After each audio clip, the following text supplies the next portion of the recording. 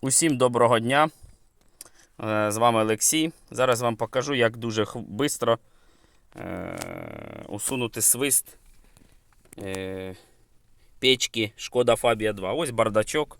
Відкриваємо бардачок, сверлимо тут дирочку, потім знаходимо центр. У вас буде доступ до моторчика. Ось де його відсюди видно. Ось де він виходить. І отут ось троєчкою сверлишком я сверлю. Ось я включаю печку. Ви можете бачити вже вал, як вращається.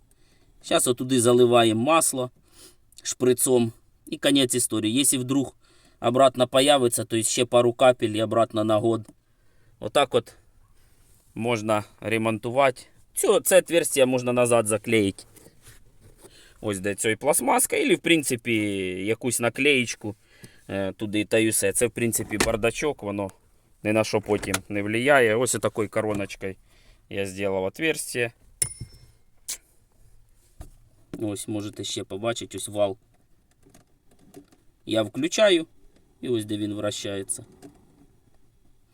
Так що, всім гарного дня. Ми з міста Суми. Тримаємося.